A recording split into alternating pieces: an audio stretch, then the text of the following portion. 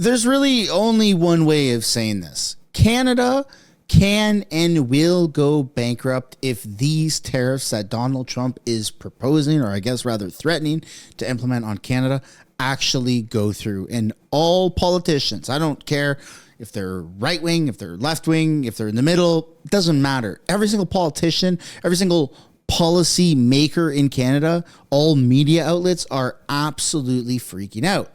Rightfully so.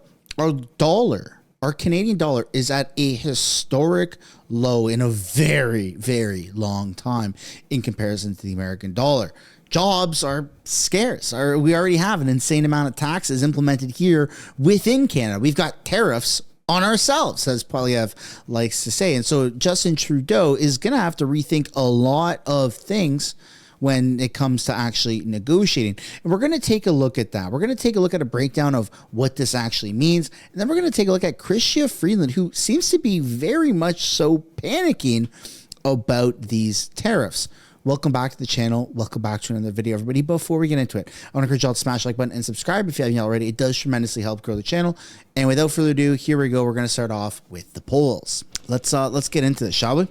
Starting off with the polls, you've got Pierre Poilievre sitting at 224 projected seats with a bottom line of 194 and a top end of 247. Now, this is phenomenal because, I mean, you only need 172 for a majority. And even on the bottom end, he's still at 194. And Trudeau's gone down. He's gone down. As per my estimate, I've said this in the past couple of weeks. He was sitting in the 60s. I said he's going to drop to mid-50s. Bada bing, bada boom. He has. The Bloc, who cares? NDP, who cares? I mean, I could zoom in, not to be condescending or anything. Of course, I'd never do that to Jagmeet. 18 projected seats. Yeah, that's too old for Trudeau. We know Trudeau likes them younger. I mean, what? 99% likely across the board for the Conservatives winning the most seats and odds of a majority government. So the polls are looking really good. Really, really good. I mean, that's not to get too confident or nothing, right? I've said before, and I'll say it again, I think that Pierre Poilievre could do blackface a few times and still be prime minister, because Trudeau has done it a few times, or an unknown amount of times, but I don't want to push the luck and obviously encourage that. I think that where everything is going with the new slogan, Canada First, that's phenomenal. You know, the fact that the Liberals have yet again messed up and they're offering a tax relief, but for 2 months, that's, I mean, it's good and bad. Like, it's bad because it sucks. It's good because it's so dumb that people are just furious about it, and it's going to drive more people to Conservatives. Like, you talk about tax relief, you're offering it for 2 months. That doesn't make any sense. If a boat is sinking, I don't give them a binder full of paper. Like, you throw them a life vest, you throw them, you rope them in. You don't just give them a Band-Aid. Like, that doesn't make any sense. Hey, you're sinking. Here's some sneakers. They're going to help you kick in the water better. Now, before Christmas, the holiday shopping season is definitely ramping up with Black Friday at the end of this week. CTV's Heather Wright has a look now at how much Canadians are planning on spending. The Christmas music is playing. The wreaths are being made. The busy season for Bruno Duarte has begun. I'd say for the next 3 weeks is our big main push for sales. Duarte owns a flower shop in Toronto, one of many small businesses preparing for holiday shoppers, many of whom remain cautious. Even for us, like purchasing everything from compared to last year, it's gone up. So it's just, it's everybody's feeling the pinch. According to a survey for the Canadian Federation of Independent Businesses, 46% of Canadians plan to spend less for the holidays this year than they did last. Only 8% plan to spend more. Yeah, we're trying to stay as tight to a budget as we can, for sure. While inflation has cooled, prices remain high for both consumers and businesses. The CFIB is encouraging people to do as much shopping at local businesses as possible. Your dollar goes a lot further when it's spent in your local community. In fact, 66 cents on every dollar spent local stays local. That compares to only 9 cents when you're shopping at, say, Amazon. And while Black Friday and Cyber Monday deals online are hard to miss, prices at the local shop down the road might be even better. Go into your small business and check. I think people think that online is a lot more price competitive than it actually is. Tons of small businesses are running sales around Black Friday, Small Business Saturday, Cyber Monday as well. It really is worth a look. Black Friday marks the unofficial start to the shopping season. It's the day after American Thanksgiving, but because the holiday is so late this year, there are actually 5 fewer days between November 29th and Christmas Eve. A shorter shopping season, something else retailers are having to contend with. So just a reminder to be careful when you're going out shopping. Things are getting crazy out there. The roads are getting slippery, and just be mindful because shit's just unaffordable right now. We know things are unaffordable and people are going to do some crazy things and it's going to be chaos when there is a good deal. But that's my own personal opinion and I would absolutely love to know yours. Got this video by CBC that talks about how the Canadian dollar falls to the lowest point since 2020 after the Trump tariff threats, and it's going to get worse. I bet you America in the next 2 years doubles. The USD will be double the value of what the Canadian dollar is. As we continue to cover the aftermath to Donald Trump's threat of massive tariffs, let's take a look at market numbers. They're just about 15 minutes in. Here's where the dollar sits currently. And we're going to talk about this with Peter because it took a deep dive. But as we look at the markets as well, I think we can do that, or I can tell you anyway, that the TSX is down about 89 points and the U.S. stocks not really reacting too strongly also, taking it all in stride. So those are the numbers. Let's bring our senior business correspondent, Peter Armstrong, into all of this, and we can go back and forth to those graphics. So let's talk dollar. First of all, this has been a big concern. Would it be totally devalued? And it's dangerously flirting with 70. So yeah, the Canadian dollar has been sort of at 71 cents, breaching into 70 cents here and there for quite a while now, on weakness in the Canadian economy and a bunch of other issues. Donald Trump puts out that post on social media last night announcing these tariffs, and it's a straight line down to 70.5 cents. And there was real concern. There has been real concern that the Canadian dollar would slip below. It's kind of that psychological barrier of 70 cents, $1.41 or so when you flip it the other way. Because remember, the dollars, people feel like it's a proxy for the Canadian economy. When the dollar's up, we puff out our chests and say how well it's doing. When it's down, we think, oh my God, it's a disaster. So we're just watching it. I'm watching it on my phone, and it's holding fast. It has been trying to climb its way back up to 71% and then falling down. I think that's the story to watch today. Okay, the dollar. Because I think... Mark my words, the American dollar is going to be worth twice as much as what the Canadian dollar is in the next 2 to 4 years. Before Trump is done as president, the American dollar is going to have created such a distance between the value of the Canadian dollar. This is horrible. Horrible. Talk about being landlocked, man. Nobody is going to want to travel to America. We're not going to be able to afford it, except for a very small percentage of people. Life is going to become so unaffordable in Canada, you're not going to be able to even think about going to other countries to move there because the dollar is going to be so trash. People are trying to talk about, wanting to leave Canada and move to America right now. Dude, this is the last time for anyone to ever be able to afford that because our dollar is still kind of, it's not good, but because things in America are cheaper, it almost balances out. But once Trump has implemented a lot of tariffs, a lot of plans, dude, Canada is screwed. We are getting left behind. Traders have been listening to you, Heather, and the guests that you've had on all morning that are saying, let's just wait and see how this plays out, right? Stocks have been on a 6-day winning streak. I think investors are saying, okay, well, this won't be good for business, but who knows how this is actually going to play out. We have the experience of the first Trump administration and trying to decipher and parse out how much of this is rhetoric, how much of this is bluster, how much of this is real. And I think the lesson we learned back then is that all of it is a negotiating point. And this is an opening gambit. It's an interesting one. Is this where we'll be when he takes office, Donald Trump takes office in 75 days? I think investors are saying, we don't know yet. And I think that's what these numbers in markets are telling us. Be calm. Be patient, as Flavio Volpe told me as well. And yet, the investors have to realize that if they actually did take effect at 25% across the board, that would roil the economy, wouldn't it? It would. And remember, the tariffs we did see in the first administration roiled the markets and roiled the economy and caused problems. And those were on really limited parts of like industrial inputs.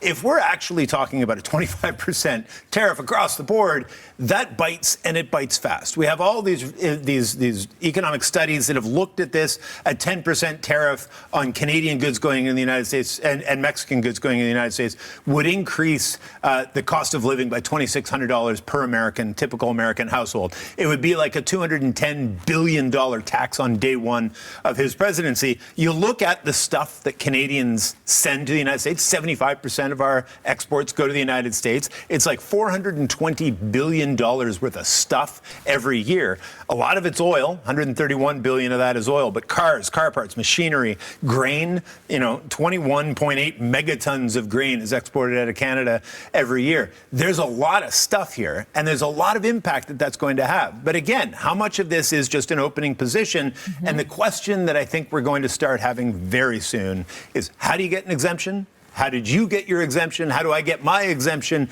And what are the sort of tactics that whatever this Team Canada that Justin Trudeau is going to have to put back together, what are they going to be able to do in terms of earning and negotiating and giving some back to get those concessions? I mean, do you see, as Candace Lang was just suggesting, counter tariffs in place quickly, or at least the threat thereof, mm-hmm. right? I mean, look, for the moment, Joe Biden's still president, so we're not going to see any counter tariffs soon. We will see a list of things that they will target. The Chinese are talking about the same thing. The Mexicans have been talking about the same things.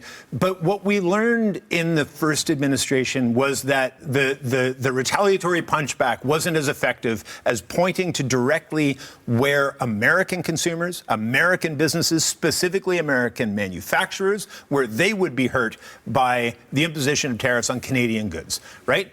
If you look at the car parts industry, the average car crosses the border, what is it, like 8 or 9 times over the course of its production. If you look at, in the 2016-17 tariffs against steel and aluminum, the way the Canadian team sort of fought back against that was showing how it was driving up production of like nail manufacturers in the United States because they use our steel to make a lot of those materials. But in key Republican districts in the United States. And so it's interesting now, he doesn't have to worry so much about re-election, but the people in Congress that will pass all of this do. And so there will be the push and pull of politics around all of this. There always is.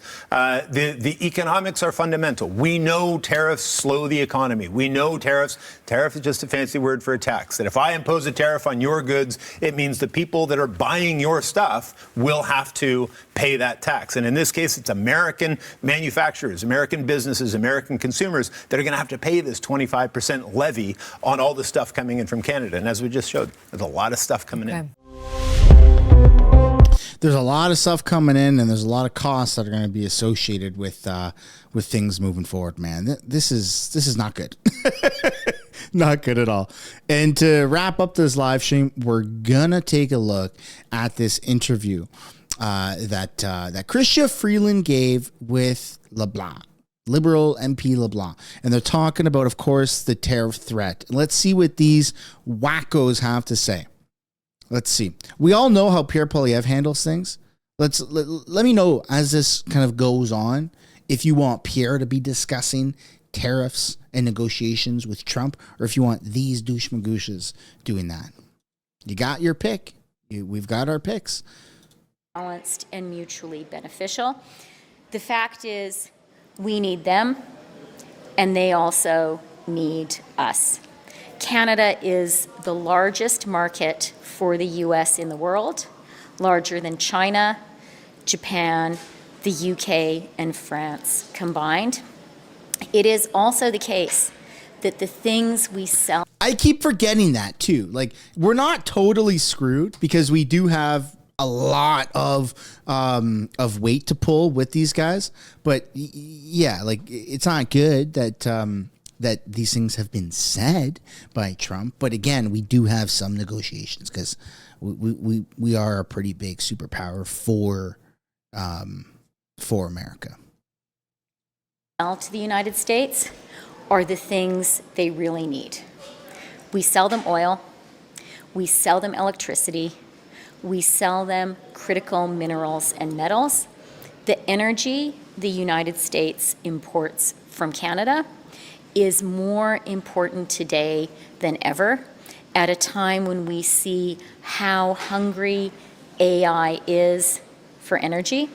And Canada's critical minerals and metals are absolutely essential as North America and as the U.S. seeks to develop supply chains which are resilient and secure and are not increasing our dependency on China.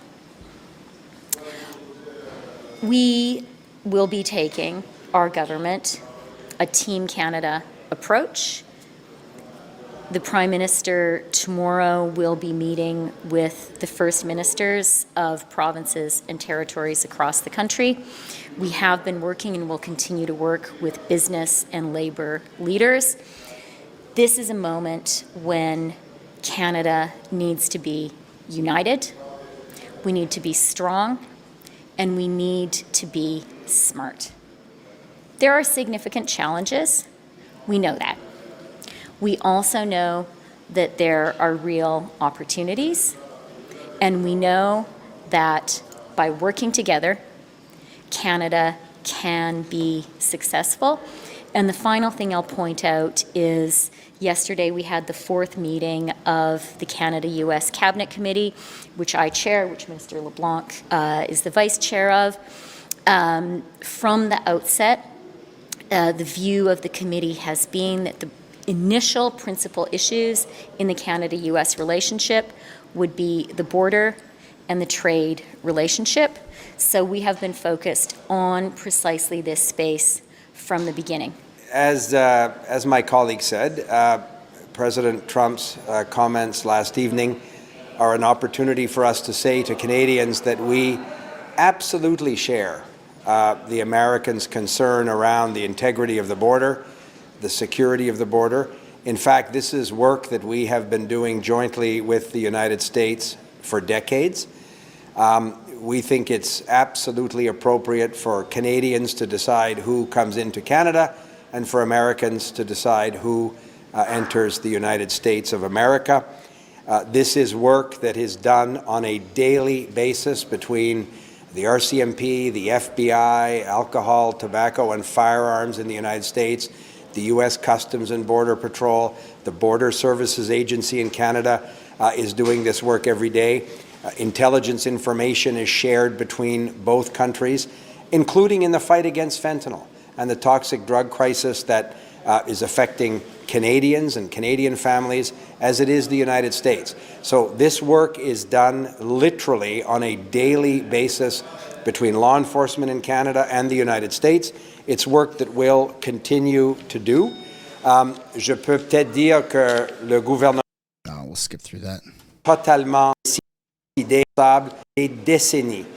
Les services, que ce soit une action policière Canada, Deputy Additional Resources Minister depuis des décennies. Canada, comme on s'attend à travailler avec les Américains, comme on a fait depuis des décennies. And finally, the Deputy Prime Minister and the Finance Minister and I are constantly working with the RCMP, Border Services, to see what additional tools or additional resources they may need to do the work that Canadians expect them to do and that our American partners want to do in collaboration with us. So we have, in recent days, worked with the RCMP and Border Services about continuing to support them in terms of acquiring new technologies, drones, helicopters, additional human resources necessary in the case of surge requirements. All of this work is being done, has been done for many months. Que les relations économiques entre le Canada et les États-Unis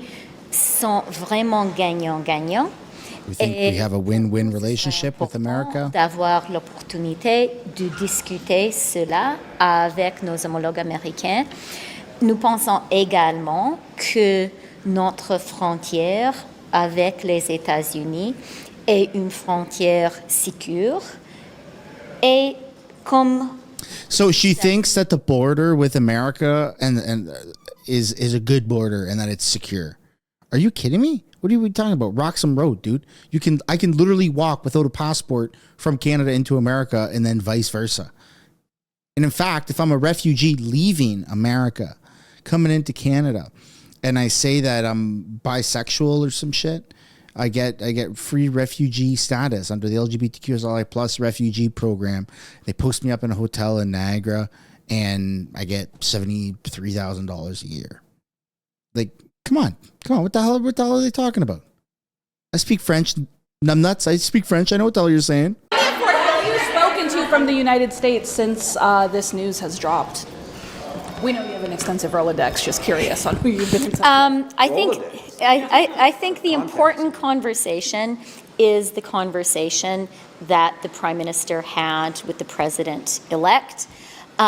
Of course, there have been a lot of conversations that I've had, that other colleagues have had with American business leaders, with American elected officials. So we have been talking to them intensely since before the election. After the election, we'll continue to do that. But truly, it's very meaningful that the Prime Minister was able to speak to the President last night, shortly after the President's announcement. That's the key relationship. Sure, okay. If Canada is going to retaliate with their own tariffs. Yeah, thank you for the question. So our government will always defend the national interest, and we're going to do it by playing as Team Canada. We're going to do it by working with provinces and territories, business leaders, union leaders. That is the way that Canada wins in a challenging situation.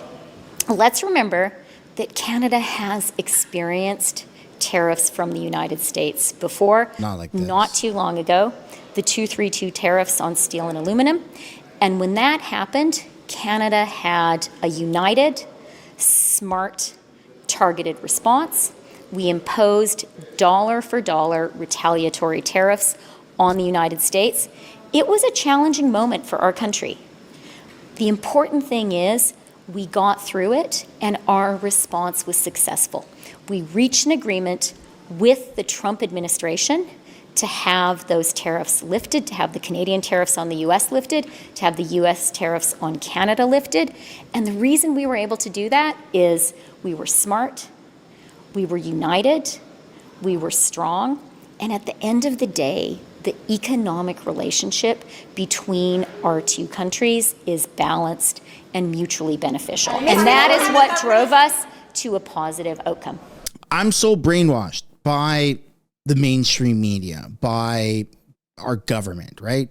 Being in the military, trusting the system, being a product of the institution is kind of just how I view my life. That after that little speech there that Freeland gave, after that little speech, I want to think my immediate answer is, oh, well, they've dealt with this before. Maybe they can do it again. That's my immediate answer. I didn't say nothing when she was talking because I had to think, right? I had to think in my head. It's like, oh, okay, well, in the past, they've dealt with tariffs. They did a retaliatory dollar for dollar response. And there you go. That's my immediate thought. And look, maybe I'm being a little vulnerable by sharing that with you, but that's where my head immediately goes. And that's something that I'm struggling with because these people have messed up over and over and over and over and over and over and over and over and over and over and over and over and over and over. Sorry, is that getting annoying? And over and over and over and over and over and over and over again. And I'm still sitting here going, but maybe this time is different. Like, what the hell is wrong with me? I can't be the only person that thinks this way. Maybe I am. And that's a me issue. Maybe I gotta sort that out in my own time. But my freaking go-to answer, I tell you, is, well, maybe how bad could it be if they negotiate? They've done it before. Maybe they could do it again. I'm just thinking in the best interest of Canada, right? I hate these people. I got stickers, keep calm, never vote Liberal. I got friggin' Freeland on a broom. I don't like these people.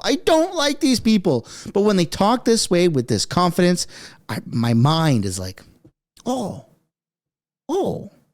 maybe they could fix it. Yeah, that's something I need to work on. Beer helps. Beer helps. I'll tell you that. Beer helps when I can't afford it. $50 rebates. We have 2 opposition parties calling for that and a member of your own caucus. Our government made an important announcement about affordability on Thursday. We had a good conversation today at Cabinet about that, and we are really glad that Canadians are going to have this opportunity to have a tax break over the holidays, and that working Canadians are going to be able to get a little bit more support with affordability. It's what our country needs right now. So that's no change? Sorry, Minister, there's a question for Minister LeBlanc. Minister LeBlanc, how concerned are you about U.S. firearms making their way into Canada? Mexican President Sheinbaum says that actually most of the guns in that country are coming from the U.S. Is that the same here? So again, I have a lot of confidence that the Canadian Border Services Agency and the RCMP are ready to deal with what is obviously a concerning circumstance of illegal firearms being imported into this country. It's not a new challenge.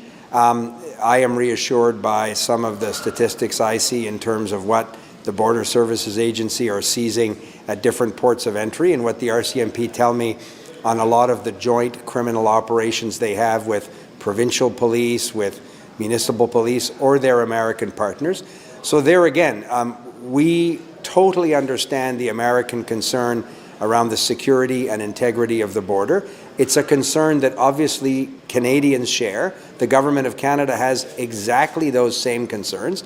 And the good news is that for decades, this collaborative work happening literally daily with American authorities and Canadian authorities has allowed us to keep both countries safe, including dealing with some of the real challenges around the opioid crisis, fentanyl coming into our country, illegal firearms coming into our country. As Christia said, Canada being able to choose, and the Americans understandably also wanting to choose which persons can enter their country. So this is work that is done effectively, but we're always looking at ways to increase our support for Canadian authorities, and we'll do so based on the advice of the Commissioner of the RCMP, the President of the Border Services Agency, the Director of CSIS. These are people who talk to their American counterparts so often that they have a very, very common operating picture of these challenges. Is the border going to get thicker? Is it going to get harder to go back and forth across the border, do you think, under President Trump? Maybe Christia will add something. I don't think that thicker or thinner is the right way to describe the border. I think that what the best way to describe the border is in terms of its continued security. $1 billion a day or more of trade crosses that border. Obviously, it's in the interest of the Canadian economy and the American economy that this be done efficiently, but it's also very much in the interest of both countries that it be done safely and securely. So I don't think it's about thickening or thinning the border. I think it's about continuing to assure Canadians and our American partners that we're prepared to do everything necessary to have an efficient, effective border that's secure for both countries. And it's not an either-or choice. I think that we have over decades done this work, and at different moments there have been different challenges. If you take a 10-year period, there have been, for a bunch of reasons, challenges that come up. The good news is Canada and the United States have dealt with those challenges collaboratively, and that's exactly what we're saying to the new administration, that we're anxious to do with them as well. I'm worried. I'm worried about many things. I'm worried about my initial response to listening to these people talk is, well, if they've dealt with Trump before, maybe they could do it again. When obviously I know that that's not the case. But when they talk, I get gaslit, and it's like, oh, that sounds convincing. Okay. And then I got to catch myself, right? So I'm worried about that. But that's a me thing. I'm also worried about the fact that they're going to screw this up, that they're going to try and handle it the way that they have previously handled it. This is Trump v 2.0. This is a version of Trump that nobody is prepared for. He's coming out the gate, fighting things in a way that he has never actually done. Just bold. In the past, it was bold. It was bold throughout the time, right? And then the world kind of got a little bit adjusted to maybe we can handle Trump again should it ever happen. And now we're here and we're finding out Nope. Nobody can handle Trump the way that they think that they can. He is the most pro-American person America could have elected. And that's scary because, again, as you heard the liberals say, as you heard Freeland say, we've had a phenomenal relationship with America. We export a lot. We give them the most, right? We have the biggest trade deal with America than a shit ton of other countries combined. Like, we're a powerhouse for America. So what do we do? What's the options? Well, does Canada threaten America and say, you know what, under the Emergencies Act, subsection C, that we can increase tariffs 50% on you, or just, you know what, stop importing to you or stop exporting to you and go somewhere else? I don't know. What's that going to look like for America? I don't think that we can twist Trump's arm and make him bend at our will. That's not something that I would actively encourage or seek either. I think that proper negotiations is good. Maybe the best thing to do is behind closed doors where there's no embarrassments, right? But when it becomes public, the Trudeau government is always going to lose. Even Pierre going public negotiations with Trump, he might not do that well. Trump is a master at this stuff. He's able to make a fool of everybody he goes up against, right? So what do we do when we live in a shoe? I don't know. I don't have the answers. I don't think anyone really has the answers right now. I think there's a lot of people out there that think they have the answers, but I think that just instead of focusing too much on what's going on with the tariffs, I think the best thing that Canada can do is just get prepared for an election, potentially even an early election, because now, for the second time in a row for question period, we didn't watch it in this video, but the last two question periods that have happened today and yesterday, you've heard Jagmeet Singh say that he doesn't have confidence in Trudeau, that he's weak going up against Trump. He seems scared, and he's a man of the people, right? That's how he identifies. That's how he brands himself. So Jagmeet Singh is self-identifying as, I'm fighting for the people and I'm doing what's best for people in Canada. And he knows that Trudeau is not what is best for Canadians. So is that enough to maybe say, all right, Trump is in, Trudeau sucks, we got to have an election, Pierre, I don't like you, but you got to go in. I'm tapping you in, buddy, right? Is that what Jagmeet could be thinking? I don't know. I don't have the answer, but I'd like to say optimistic right now because the tides are changing and I just want to ride the wave. I want to ride the wave and see where it goes because this is very, very exciting. It's also extremely volatile and scary all simultaneously. That is the end of the video, everybody. I hope you enjoyed it. If you did, make sure to smash the like button and subscribe, and I'll see you all in the next one. Bye for now.